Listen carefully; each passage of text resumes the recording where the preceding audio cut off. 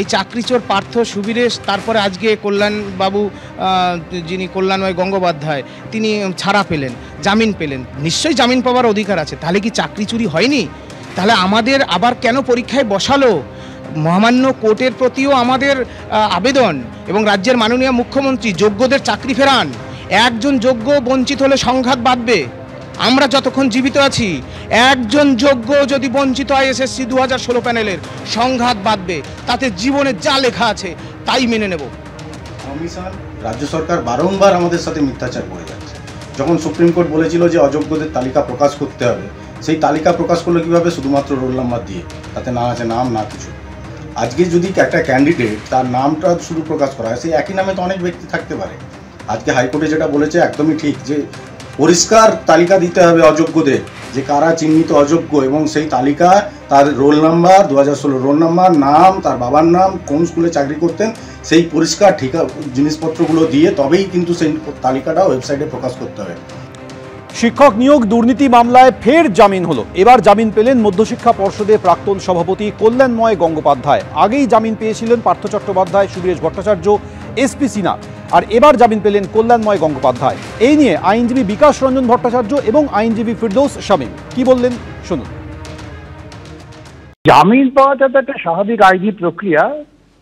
জামিন পাবেন এতে নিশ্চিত হওয়ার কিছু নেই, কিন্তু নির্ভর করছে তদন্তকারী সংস্থার তৎপরতার উপরেই যে কত তাড়াতাড়ি ট্রায়ালটা হবে। পার্থবাবু, যিনি এর শিক্ষামন্ত্রী ছিলেন, তিনি যে জামিন পেয়েছে, তারপরে তার দিকের অফিসাররা জামিন পাবে, এটাই স্বাভাবিক। তার কারণ তদন্তকারী সংস্থা এই বিষয়টিকে, এই তদন্ত প্রক্রিয়াটিকে প্রলং করছেন। এখনো পর্যন্ত ট্রায়াল সম্পূর্ণ করা যায়নি।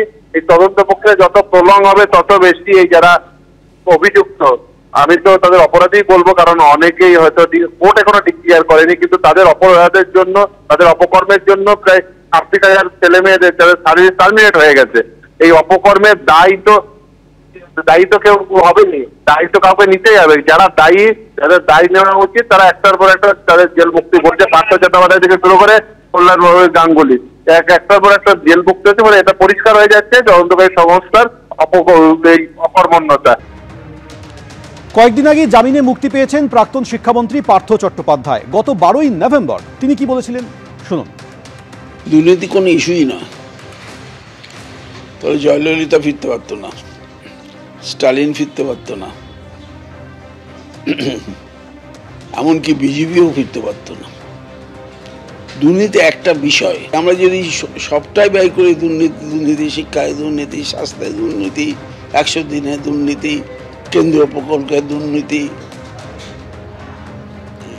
এটা তো আজ থেকে না, চিরকাল চলে আসছে। শিক্ষায় দুর্নীতি হয়েছে কি না আমার সময় তো কেউ বলেনি। আমি তো সর্ববৃহৎ টাইম, বেশি দীর্ঘ সময় ধরে শিক্ষামন্ত্রী ছিলাম। আমি 21-এ চলে এলাম, তারপর এইসব দুর্নীতি আরম্ভ হয়ে গেল। আমি তো জানি না, কেউ তো এই বামপন্থীরা বলুন, বিজেপিরা বলুন, তারা গেছে বলেছে বেনিয়ম হয়েছে। আপনারা শুনলেন পার্থ চট্টোপাধ্যায়, তিনি জামিনে মুক্ত হওয়ার পর বলছেন যে দুর্নীতি হয়েছে কি হয়নি আমার সময় তো কেউ বলেনি। আর এই দুর্নীতি নিয়ে অগ্নিমিত্রা পাল এবং অরূপ চক্রবর্তী, তৃণমূল কংগ্রেস মুখপাত্র, কি বলছেন শুনুন। বেহালা পশ্চিমের মানুষ উত্তর দেবেন, বাংলার মানুষ উত্তর দেবেন।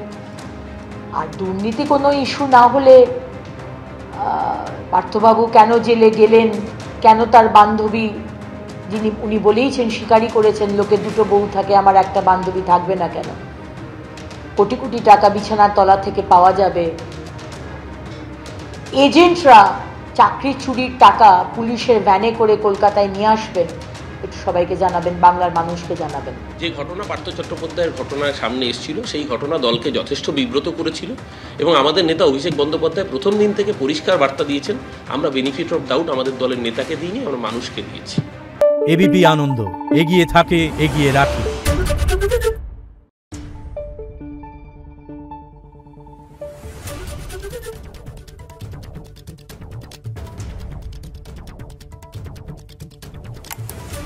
Thank you.